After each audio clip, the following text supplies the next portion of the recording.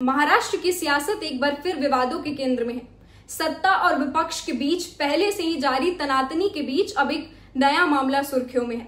शिवसेना उद्धव गुट के सांसद संजय राउत ने 19 अगस्त को केंद्रीय गृह मंत्री अमित शाह को एक चौंकाने वाला पत्र लिखकर रायगढ़ जिले में कथित 50,000 करोड़ रुपए के जमीन घोटाले का खुलासा किया है।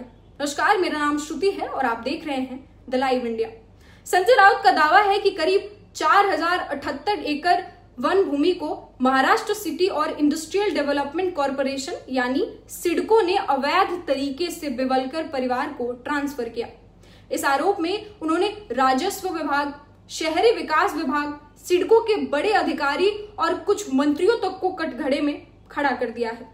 इतना ही नहीं, संजय राउत ने पूरे मामले के लिए सीधे गृह मंत्री अमित शाह, उप मुख्यमंत्री एकनाथ शिंदे और पूर्व सिडको अध्यक्ष संजय शिरसाट को जिम्मेदार ठहराया है। संजय राउत ने गृह मंत्री अमित शाह को लिखे पत्र में लिखा, ये घोटाला सरकारी विभागों और मंत्रियों की मिली भगत से हुआ है।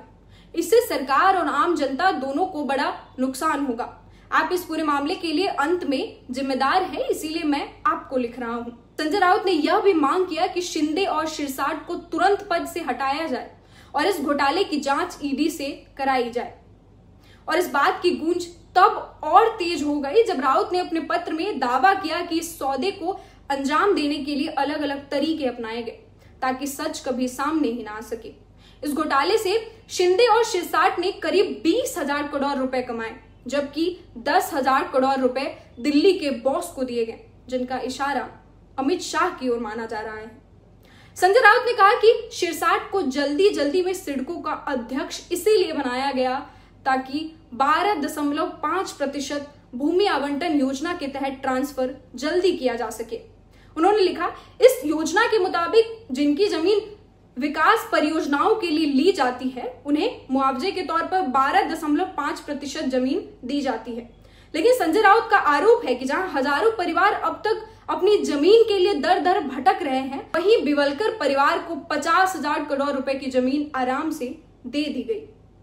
अब जरूरी है हम इस पूरे मामले का बैकग्राउंड समझें। दरअसल 1936 में यह जमीन बिवलकर परिवार को सरंजाम इनाम में दी गई थी। सरंजाम इनाम ऐसी जमीन या अनुदान है जो राज्य सरकार के द्वारा इनाम के तौर पर किसी नागरिक या सैन्य सेवा के बदले दी जाती है या फिर किसी ऊंचे पद पर बैठे अधिकारियों की गरिमा बनाए रखने के लिए। बाद में परिवार ने यह जमीन 90 साल की लीज पर वन विभाग को दे दी और इसे प्राइवेट फॉरेस्ट घोषित कर दिया गया, जिसके बाद 1987 में एक नोटिफिकेशन के जरिए यह जमीन फिर से परिवार को वापस कर दी गई। इसके बाद परिवार ने सिडको की 12.5% मुआवजा योजना के तहत मुआवजे की मांग की।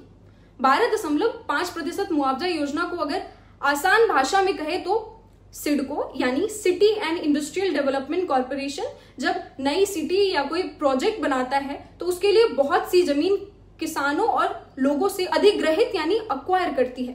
जिन लोगों की जमीन ली जाती है उन्हें मुआवजे यानी कॉम्पेंसेशन के तौर पर 12.5% जमीन वापस दी जाती है। मान लीजिए अगर सरकार ने किसी से 1,000 करोड़ जमीन ली है तो जमीन के डेवलपमेंट के बाद उसी इलाके में डेवलप्ड 12.5 एकड़ जमीन उस व्यक्ति को वापस दी जाती है। यह योजना इसीलिए बनाई गई ताकि किसानों और जमीन मालिकों को केवल पैसे ही नहीं बल्कि जमीन का भी हिस्सा वापस मिल सके।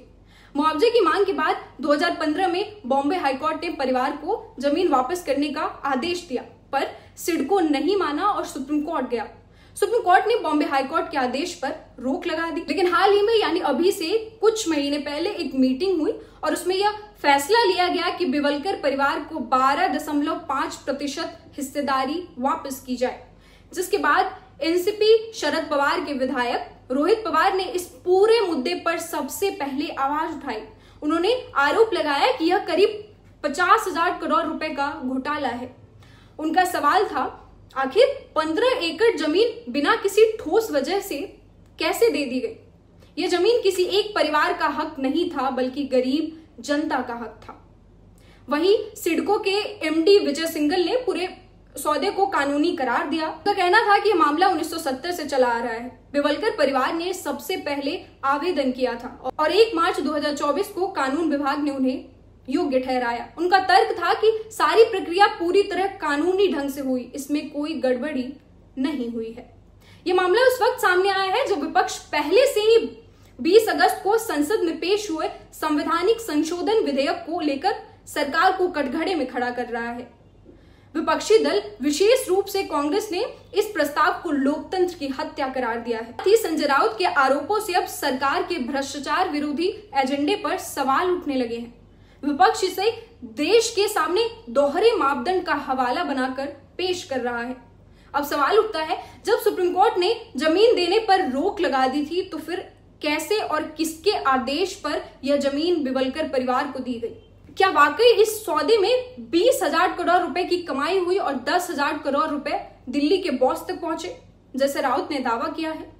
सवाल यह भी है कि शिरसाट को वाकई जल्दी में सिडको का अध्यक्ष बनाया गया ताकि घोटाले को अंजाम दिया जा सके, और अगर यह पूरा सौदा कानूनी था जैसा सिडको के एमडी कह रहे हैं, तो फिर विपक्ष और संजय राउत बार बार इस पर सवाल क्यों उठा रहे हैं? आखिरी और बेहद अहम सवाल है, सरकार जो भ्रष्टाचार मुक्त भारत की बात करती है, वही इतने बड़े घोटाले पर चुप क्यों है?